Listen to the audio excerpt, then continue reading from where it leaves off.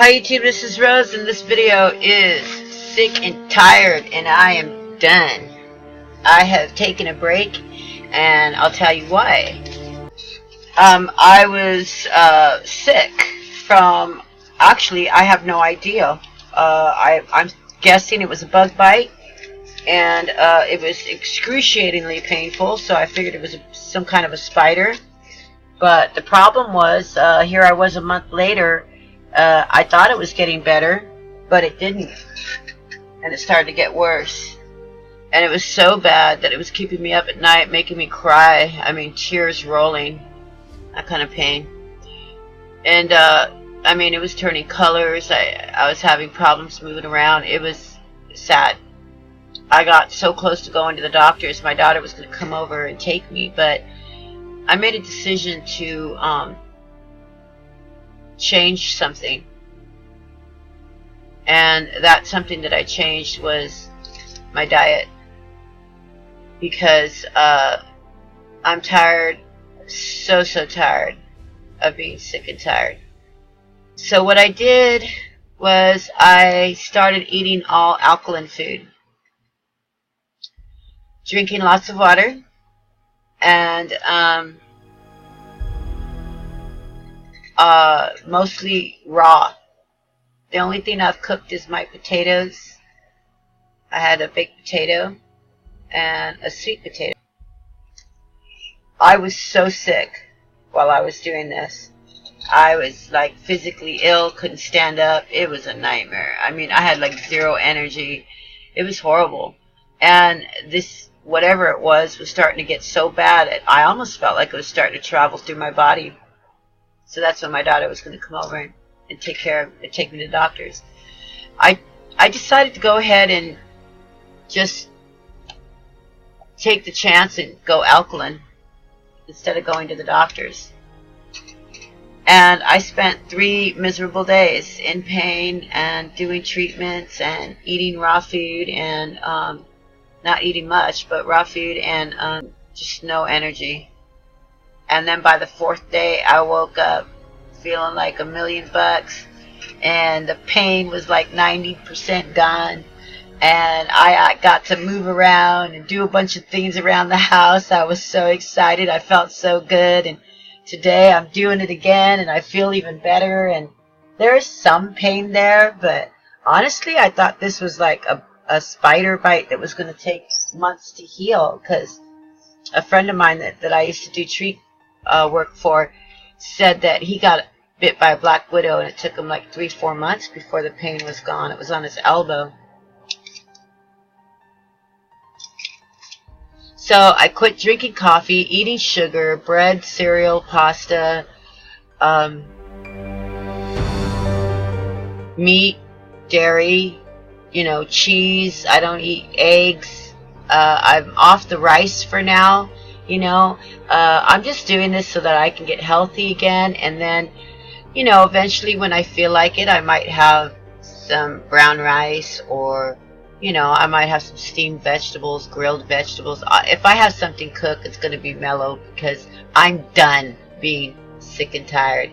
And so I want to share with everybody, for those that are still listening, the key to not being sick and tired anymore.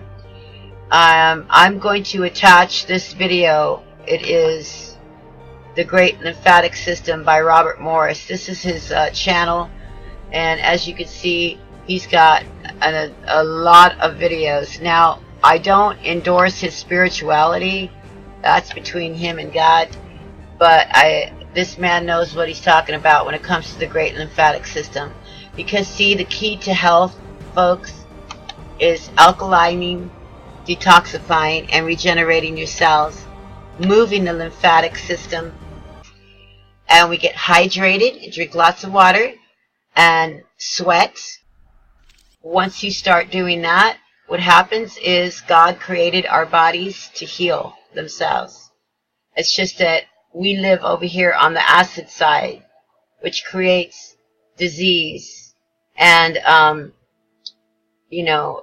makes our cells mutate into cancer and every manner of disease. It's not disease. It's acidosis, toxicity that's got us sick. Whether it's cancer, leukemia, any disease you can mention. There's the key. So I just wanted to share that with everybody, because I know there's a lot of people out there that are sick and tired of being sick and tired and have had enough. And I'll tell you what it takes. You have to want it. You have to want it more than what the taste buds want. And I got so sick and I had so much pain and I was so tired of it that eating that processed cooked food was not, I related it to pain, and I still do. And this is the food I relate to pleasure now. And I will continue, and I will continue to share with you folks. And I'm praying that everybody honor the body temple. We as Christians are supposed to learn to have control, and that also means controlling our appetite, what's going in, control what goes in, and what comes out is from our heart. Amen. I love each and every one of you. I pray that this bless you, and I'm working on videos. I'll be spitting out some really cool ones soon. Have the most blessed day ever, and I pray that God's peace, protection, and grace be with you in the precious name of Jesus Christ. Amen. Bye-bye.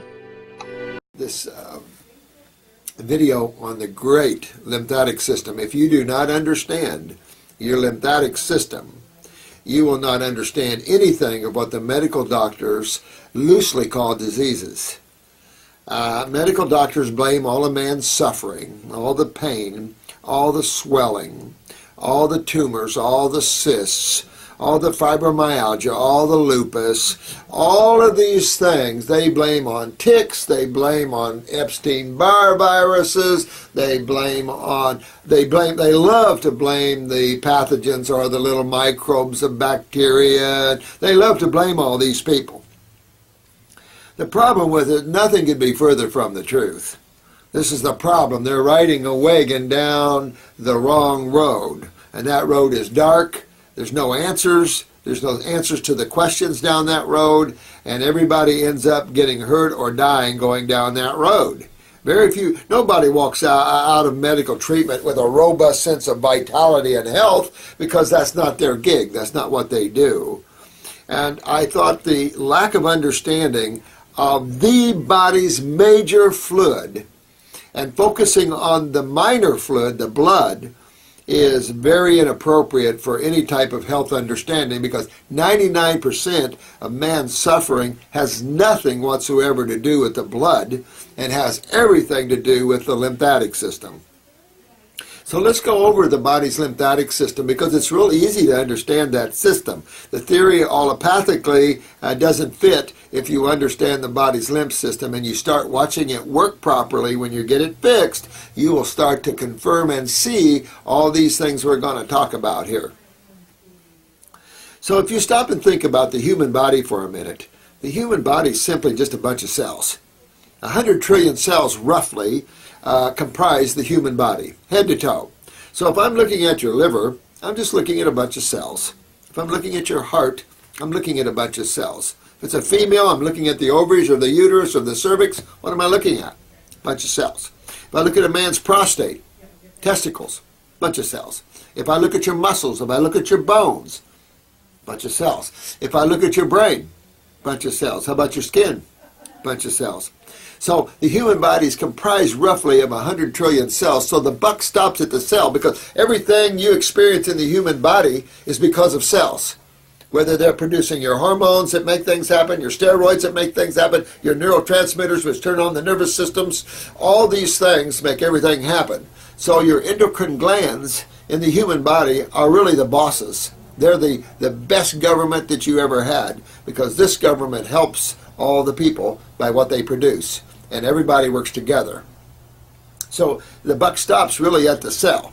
So if we took the body apart and we said, okay, wow, everything's a bunch of cells, what else is in there? Well, two major fluids. There are two major fluids that flow around all the cells. These two major fluids are called interstitial fluids, which simply means fluids that flow around the cells. Right? Now, that comprises the predominance of the human body. Outside of that, you have some bacterium, which is essential. Every septic system I know of has bacteria in it, and you would never kill the bacteria in your septic tank. You do that, and you're in trouble, and we'll go over that here in a minute. People have some viruses. Get rid of them. They're easy. They're proteins. They're not little single-celled organisms. They're like antigens. Their job is to bond, if you will, to the weaker cells to create immune response. You can have high viral loads in your body and never have a problem. High Hep C, high HIV viral loads, no problem. When they start bonding, now you have to the cell, now you have AIDS, or you have deterioration of the liver, or whatever virals that are involved. HPV, it doesn't matter. But till then, they're just a protein that you can detoxify out of the body. Doesn't matter. Herpes, it doesn't matter what it is. You can detoxify these out of your body. Now, we got some protozoa. Some people have worms and flukes. Okay, clean these out of the body, not difficult. And there's some chemistry in the body. But outside of that, the predominance of the human body is simply just cells and two major fluids. And these two major fluids, of course, their job is to take care of the health of the cells. Right? And these two major fluids are very simple to understand because it's easy to understand what one has to do to be healthy. Every house that I know of is full of, have two rooms in them that matches these two fluids. Cars have these two areas in them so the motor can run efficiently. Everywhere that I see in the world, you have two things taking place. Creation is more or less a consumption and elimination activities. Almost everywhere you see is consumption and elimination of energetics, of chemistry, and then the elimination of wastes or byproducts from the interaction of chemistry. Whenever chemistry comes together, there's always byproducts eliminated from this. So we see that in industry, and of course we call the byproducts of industry pollution because most of the places just dumped them in the water, dumped them in the air, dumped them into the ground. So we lightly call that pollution. But plants eat and eliminate, animals eat and eliminate, humans eat and eliminate, everything eats and eliminates at this level. Well, that could also mean the cells, right? Every cell in your body just about eats and eliminates as well. So we find that we have two separate issues that we have to deal with. The eating or the consuming of nutrition, but then also the eliminating of waste. Because some people don't stop and think that the reason why you eat is to feed 100 trillion cells. Every cell in your body requires carbon, which is sugar, and oxygen, just like a car. Carbon is gasoline. Got to have it, or your motor doesn't run. If you don't get a sugar, if you don't get glucose or fructose, or galactose as a baby, you don't run. That's not good. You're going to lose your cells. Because glucose or fructose or galactose is broken down into carbon, which is carbohydrates, is carbon chain constituents. That's why they're carbohydrates. And you have simple carbohydrates, and you have poly or complex carbohydrates, which are called starch. But carbohydrates are simple fruits and vegetables. That is the requirement of most vertebrates on this planet, is to have some. And our particular species, the Homo sapien, is exclusively fruits and vegetable eaters. Herbivores, exclusively vegetarians. We're frugivores, so our diet should be exclusively fruits and berries, and maybe some melons. Hard for vegetables, even for the Homo sapien, but we can tolerate them. But nothing else. We are essential carbon beings. Remember the carbon print. Oxygen, here's our carburetor. And we mix oxygen and carbon at the cellular level to get ATP, adenosine triphosphate. Energy for the cell. So vital that we have those. So nutrition is important, no question, but it's easy. Nutrition is easy to understand. It's easy to understand that no animal cooks their food before they eat it. That's easy to understand. Why do you cook food? You know, if you look at the Homo sapiens species, and this is according to National Geographic and many other well-educated groups, that the human species is a frugivore species. Just look at which animal in the world we resemble. These are frugivores. In other words, we don't have anything aggressive. We're not even like primates. We don't have anything aggressive that would show that we destroy our food before we eat it. We simply have very simple tools to pick, peel, and eat. It's just that simple. So we're true frugivores. Of all the species, we're the truest of frugivores. And yet, we don't pay any attention to raising our fruits good. These farmers have lost their ability to raise good foods. They don't care anymore. Nobody cares. So we have some of the crappiest foods in the world here in America. Sad. We have to go to the tropics somewhere to eat decent anymore. I think it's just sad what's happened to this.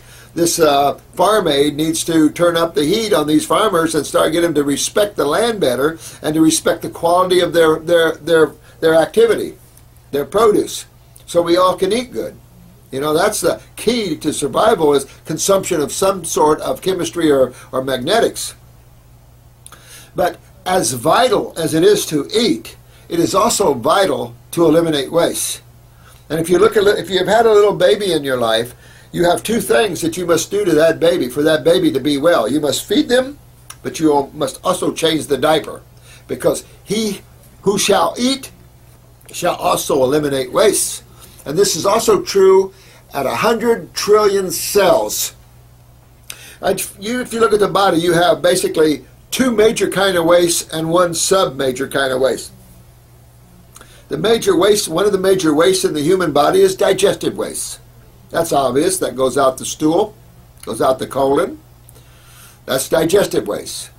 What about cellular waste? What about waste from 100 trillion cells? What happens? Well, medical doctors pretty much believe in the theory that you poop in your kitchen.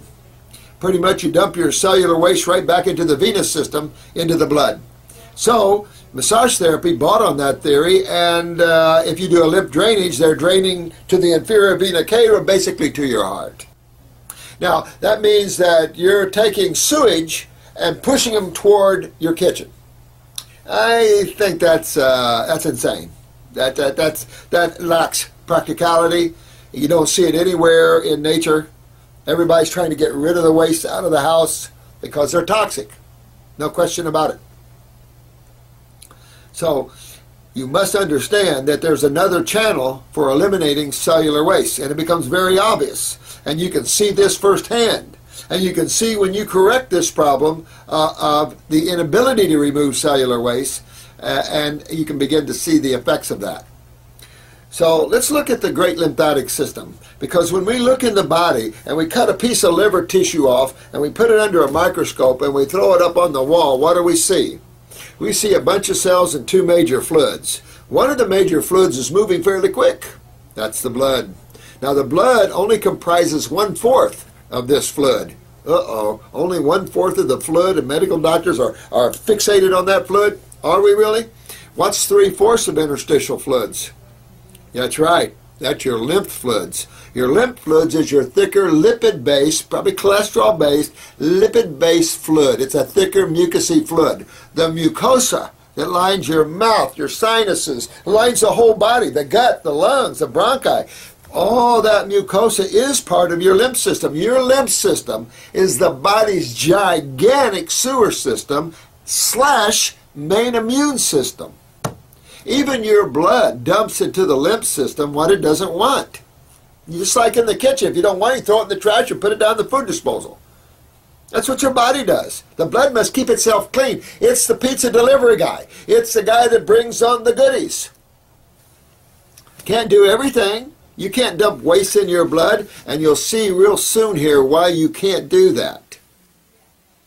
There must be another path outside to the outside world. And you'll see that path. Now let's look at the great lymphatic system. When you look at these fluids flowing around the cell, the blood is carrying nutrition and moving right along.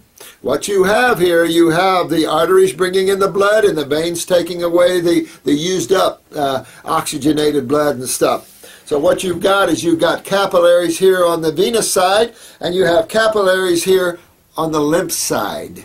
Now, the problem with the venous capillaries, they're too small for most proteins and acids and cells, so the body can't dump waste back that way.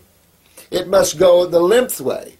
So the lymph takes any damaged cells, the lymph takes all the waste from cells and carries them to the lymph vessels. Now, we have blood vessels, but no one's ever talked to you about your lymph vessels.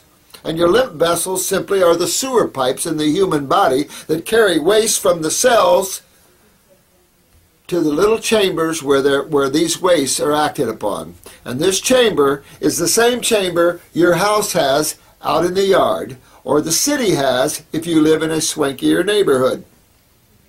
So let's look at it in terms of comparing your body sewer system to your home sewer system, because they're identical.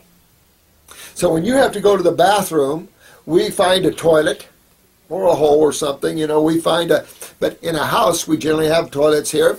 We put our waste in toilets, we flush the toilet. We know our wastes are being pushed through the sewer pipes by the water. We know, if you know a little more about it, you know that out in the yard is a septic tank. Now, septic tanks are designed to where all your waste go into them. The liquids are ran off to the drain field and absorbed back down into the aquifers, being filtered through all the layers. But your solids are staying in the tank. Now, who's in that tank just waiting for supper to come along? Right? Bacteria. Absolutely. Your septic tank is full of bacteria. I used to build custom homes for a living, and when I put in a new septic tank, friends would say, "Did you seat it?" I said, "No, I don't seat the septic tanks. You'll smell it for a couple of days, but it won't take long." Because you can't keep microbes out. Well, this ridiculous, I got to wash my hands. Oh, bacteria. Tell that to an old farm boy that's lived on a farm around all kinds of hogs and cattle and all kinds of things. Don't be afraid of bacteria. Be afraid of waste. If you're going to be afraid of anything, don't be afraid of the messenger. Be afraid of what your bacteria is acting upon. This is the problem. Medical doctors still go by this antiquated Jenner Pasteur theory of the germ. And wasn't it Pasteur, I believe, died on his deathbed saying, "Whoops, nope, I'd killed one of my kids trying to prove something that's fallacy." We still live by that. That's what I love about science. It is about as constipated as you can get. Biological transmutations was introduced in the early 1900s, and some chemists are still going, Every biochemist I know of disagrees. Every chemistry professor disagrees to some extent. So just understand that science is already here. Science is God. Science is nature. This is a large laboratory or biosphere that is supporting untold amount of life forms on it. God knows and has it down, not man. Man is too busy trying to dispel what God did, or put some kind of curve on it that has no basis in reality. What's going on is going on in life, and it's going on without the help of man. What man's doing is toxifying the planet even more. So your body does the same thing, from the cells to the lymph vessels to the body's septic tanks, and you've got hundreds and hundreds of septic tanks in your body. My house only has one. And the septic tanks in your body, of course, are called lymph nodes. And your lymph nodes are full of immune cells to take care of any damaged cells and bacteria. Now, what is the role of bacteria? To break down sewage? Same sewage in your septic tank as in your body? Absolutely. Because what is in a septic tank? Urine and stool. And I just gave away where your body gets rid of waste, didn't I? I just gave that to you. Because from the lymph nodes, medical doctors believe you reabsorb waste back into the venous system. They don't even consider lymph nodes as a big deal. They soon cut out your tonsils or adenoids or appendix or any lymph node you want. Just cut it. If it's swollen, cut it out. Okay, so let's look at this. Let's say that you got up in the morning, you use the toilet, you flush the toilet, and pretty soon you go, "Oh my God, this is backing up in my house. Something's blocked." So you call a septic man out. He comes out and he says, "Well, sir, your septic tank's full out there. Going to have to remove it." "Well, don't I need a septic tank, sir?" "No, sir. No, we can get that right out of there for you." "Well, okay." So what if my septic tank was full and I had it removed instead of simply cleaned out? I had it removed, but I kept using and flushing the toilet in the house. Think that'd be a bit of a problem for me in the house? Absolutely. It'd start backing up in the house and run me right out, wouldn't it? Well, when you take a lymph node out, you got cells on the other side of that lymph node dumping their waste to that lymph node. What happens to that? Well, in many cases, the word was lymphedema, meaning your lymph system backed up, your sewer system backed up. But this isn't just a sewer system. Oh no, we're not to the best part yet. So you never remove lymph nodes, you simply clean them out. And if you have a cancer cell in the lymph nodes, where else would you want the body to take these cells? Got any idea? You want to throw them in the blood, something like that? You know, that's obvious. That's your system that cleans you. That's your immune system. That's the system that helps the body keep clean. Just remember that. This is a vital system that's 3/4 of interstitial fluids. 3/4 of the fluids that flow around all your cells is your lymphatic fluids.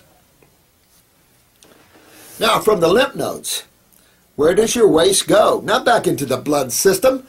You can convert some of this chemistry, but most of it has to be eliminated to the outside world. Where do you think your body does that? Through the liver? I've had people say through the liver. Through the liver doesn't expel to the outside world. No, but your 3 kidneys do. You have 3 kidneys that are the main eliminative organs of cellular waste, not your stool, your kidneys.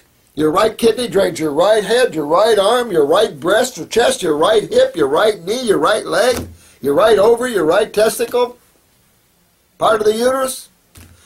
Your left does the same thing. Well, wait a minute. I said 3 kidneys. 3 kidneys.